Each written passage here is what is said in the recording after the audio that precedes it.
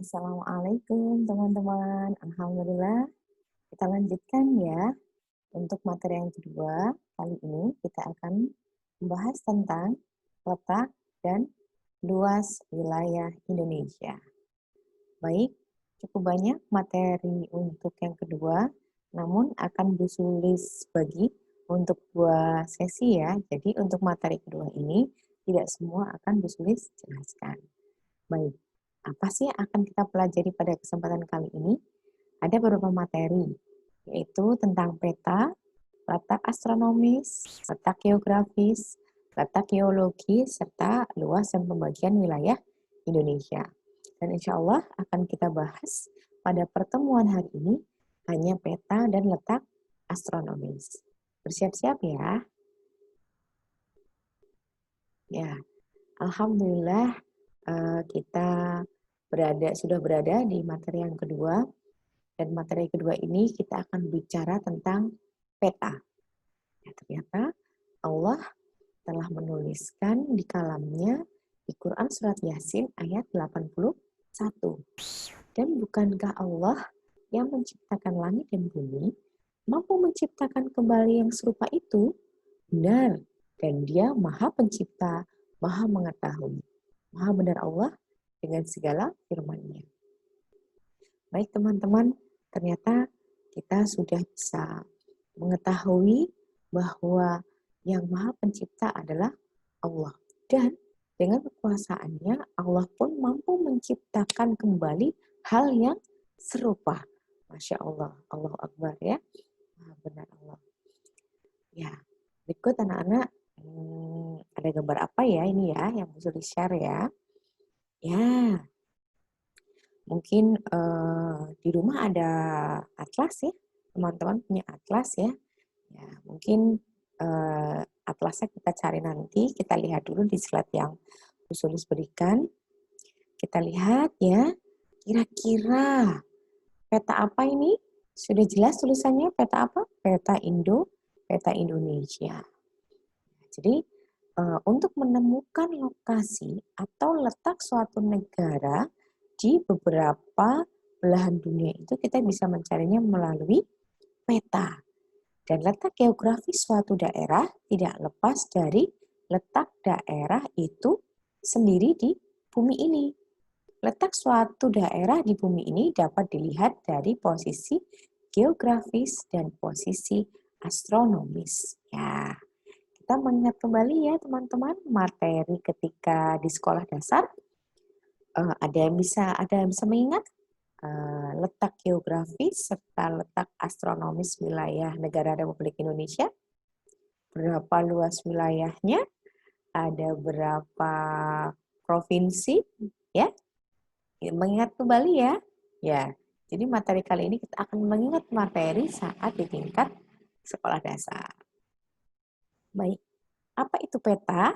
Ya, kalau tadi peta Indonesia, saat ini Bu Sulis share peta Kabupaten Cilacap. Ya, kira-kira teman-teman berada di wilayah mana ya ini ya? Ya. Peta adalah gambaran permukaan bumi yang ditampilkan pada suatu bidang datar dengan skala tertentu. Supaya memudahkan membaca peta, maka harus diberi tulisan dan simbol-simbol. Kita perhatikan. Contoh, Kawunganten, Jeruk Legi, Kesugihan, Cimanggu, Cilacap Utara, Kroya. Itu berbentuk tulisan. Simbolnya mana? Ini simbolnya. Nah, utara. Gitu. Baik. Nah, ada yang tahu nggak siapa beliau-beliau ini? Ya, beliau adalah Musa Al-Khawarizmi dan Muhammad Al-Idris, ilmuwan muslim, pembuat peta, dan pencetus peta dunia pertama yang berasal dari Persia, Musa Al-Khawarizmi, serta mampu membuat globe pertama pada tahun 830 Masehi. Dan pada abad ke-12, Muhammad Al-Idris yang berasal dari Spanyol berhasil membuat peta dunia. Jadi, siapa pencetus peta dunia pertama kali? Ya, Ternyata adalah ilmuwan muslim. Ya, ilmuwan muslim. Dan insya Allah di tahun-tahun yang akan datang dan di masa depan, para ilmuwan muslim itu ada di sini, di SMP IT Buah Hati Boarding School Cilacap. Insya Allah, amin.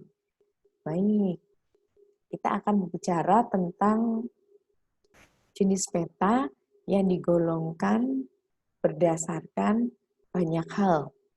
Yang pertama, berdasarkan skala petanya.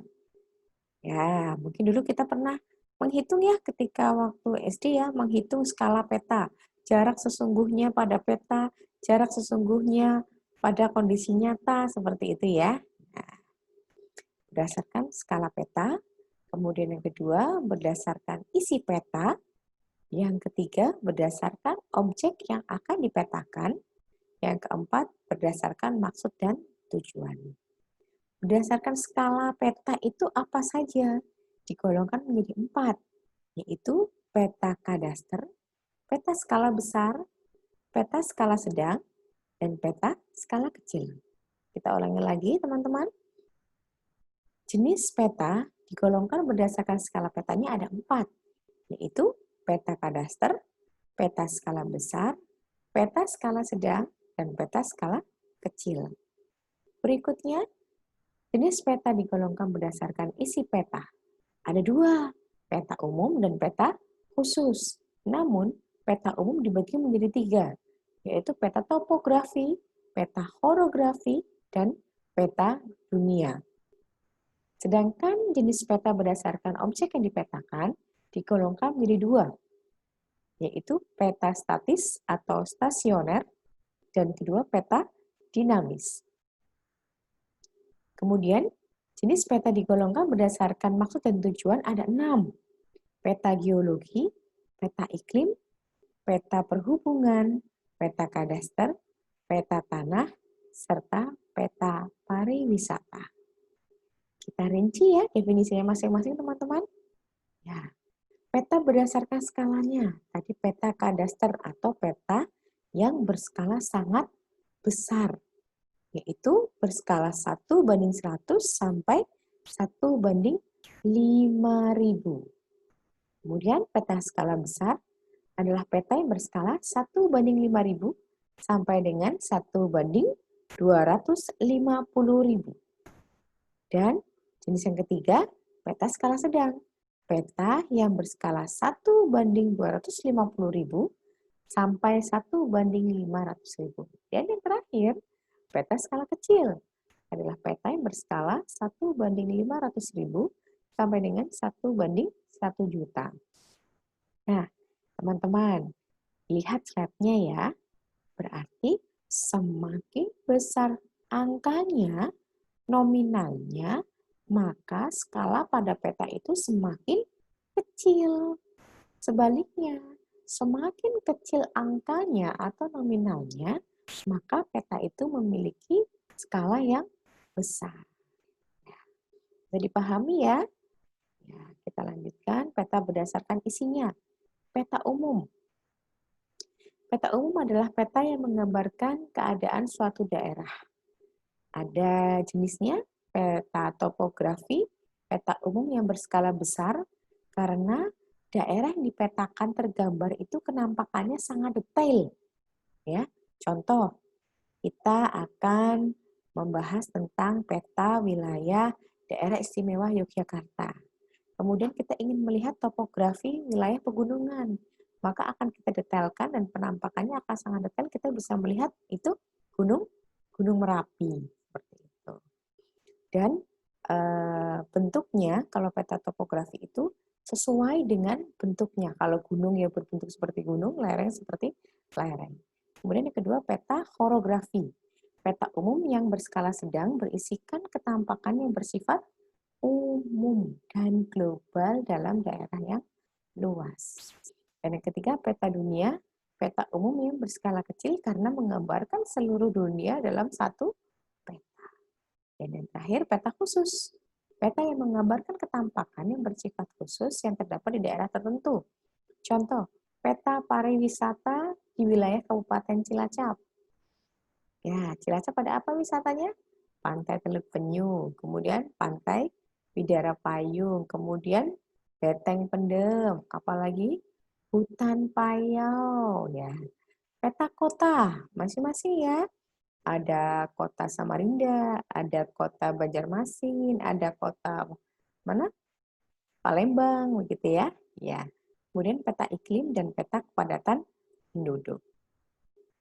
Peta berdasarkan objek yang dipetakan, ada peta statis yang artinya menggambarkan keadaan yang relatif tetap atau jarang berubah. Contohnya apa? Seperti peta jenis tanah, peta administrasi suatu wilayah, serta peta geologi. Dan peta dinamis, berkebalikannya, peta yang isinya menggambarkan keadaan yang dinamis atau cepat berubah. Contohnya, peta transmigrasi, peta urbanisasi, serta peta perencanaan wilayah kota. Ya, peta berdasarkan maksud dan tujuan. Ya, ada peta geologi, ada peta iklim, kemudian ada peta perhubungan, ada peta kadastral, dan ada peta tanah, yang terakhir peta pariwisata. Ini berdasarkan maksud dan tujuannya. Kemudian secara umum peta dibedakan menjadi 3 bentuk. Ada apa? Peta timbul atau peta relief, yang artinya peta yang dibuat berdasarkan ketampakan bentuk permukaan bumi yang sesungguhnya. Kemudian peta datar atau peta biasa, peta yang dibuat pada bidang datar, biasanya digambar pada kertas, kain, ataupun papan. Dan yang ketiga adalah peta digital. Adalah peta yang dibuat berdasarkan kemajuan teknologi komputer. Nah, tadi kita sudah tahu ya jenis-jenis peta. Sekarang kita berbicara tentang membahas tentang unsur peta. Unsur peta itu harus ada 9, ya. Ada judul petanya, ya. Ada penunjuk arahnya, mana utaranya, selatan. Ada legenda. Legenda itu bukan cerita ya teman-teman. Legenda itu bagian dari peta yang memuat keterangan simbol-simbol yang digunakan dalam peta. Kemudian ada garis astronomis. Apa itu garis astronomis? Garis hayal yang mengelilingi bumi yang terdiri atas garis lintang dan garis bujur. Kemudian ada insert. Insert itu apa? Peta kecil yang menggambarkan posisi wilayah yang dipetakan dibandingkan wilayah sekitar lebih luas. Nanti akan ada contoh petanya ya. Simak terus ya. Kemudian sumber peta atau tahun pembuatan peta. Kemudian ada simbol peta, penampakan alami objek-objek yang di muka bumi. Ada skala peta dan ada lettering. Lettering itu adalah angka atau tulisan yang ada dalam peta. Nah, ini ya, kita lihat ya, untuk komponen petanya. Mana yang dikatakan judul, mana yang dikatakan insert, mana yang dikatakan penunjuk arah, simbol, legenda, sumber peta, tahun pembuatan, skala, huruf. Ya. Kemudian ini ada contoh-contoh simbol peta. Ya. Kemudian ada contoh-contoh legenda. Ya. Nah, kemudian kita berbicara tentang manfaat peta. Apa manfaat peta? Peta bermanfaat untuk keperluan militer, untuk perencanaan wilayah, baik digunakan untuk saat pendakian gunung, sebagai alat analisis dalam berbagai bidang ilmu kebumian, dapat memberikan informasi keadaan suatu daerah, dapat memperoleh informasi tentang lokasi atau letak suatu daerah, dapat menentukan letak lintang dan bujur suatu tempat, serta dapat mengetahui kondisi fisiografis suatu daerah. Dan saat ini kita berbicara tentang letak astronomis, yaitu letak suatu negara berdasarkan garis lintang dan garis bujur. Sudah hafal semua ya? Ini materi SD loh. Letak astronomis negara Indonesia.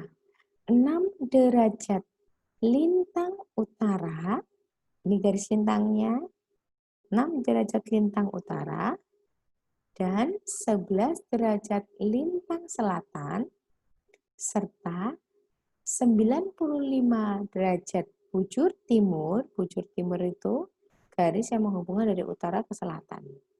Dan 141 derajat bujur timur.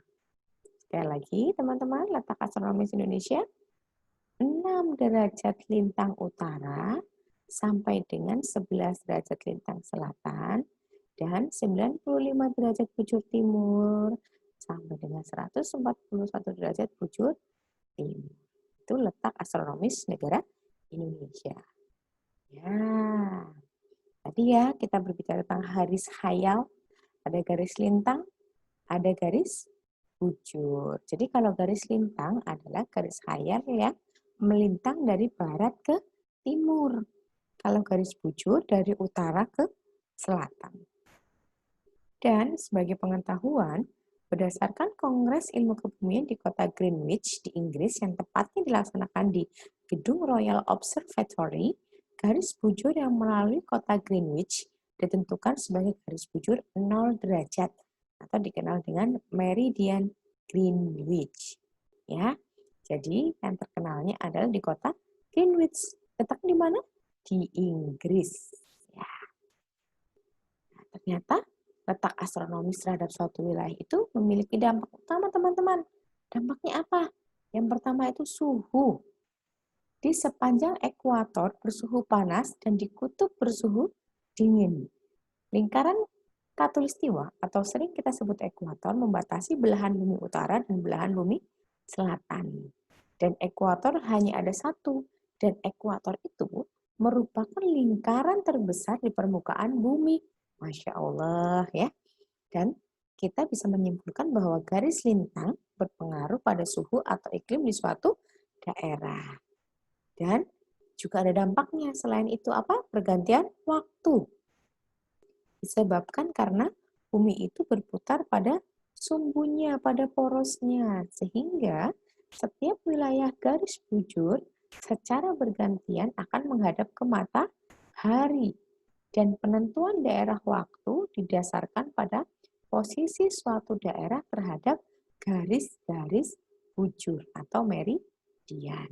Nah, ini pembagian waktunya, ya. Jika saat ini teman-teman berada di Cilacap pukul 1, ya, kira-kira teman-teman kita di Bali pukul berapa di sana ya? Ya, pukul 2. Sebaliknya, teman-teman kita yang ada di Maluku pukul berapa? Pukul 3. Ya, ini pembagian wilayah Indonesia terbagi menjadi 3 waktu. Waktu Indonesia Barat, waktu Indonesia Tengah, dan waktu Indonesia Timur. Nah, teman-teman, kita sudahi dulu ya untuk pembahasan materi di materi yang kedua ini. Insya Allah akan kita lanjutkan materi selanjutnya tentang letak geografis, geologis, dan luas wilayah pembagian Indonesia di pertemuan yang akan datang. Terima kasih atas perhatiannya. Semoga ilmu yang anak-anak pelajari hari ini barokah, dan jangan lupa perbanyak baca dan materi yang telah ditulis share silahkan ditulis ulang di buku tulis IPS masing-masing. Terima kasih. Assalamualaikum warahmatullahi wabarakatuh.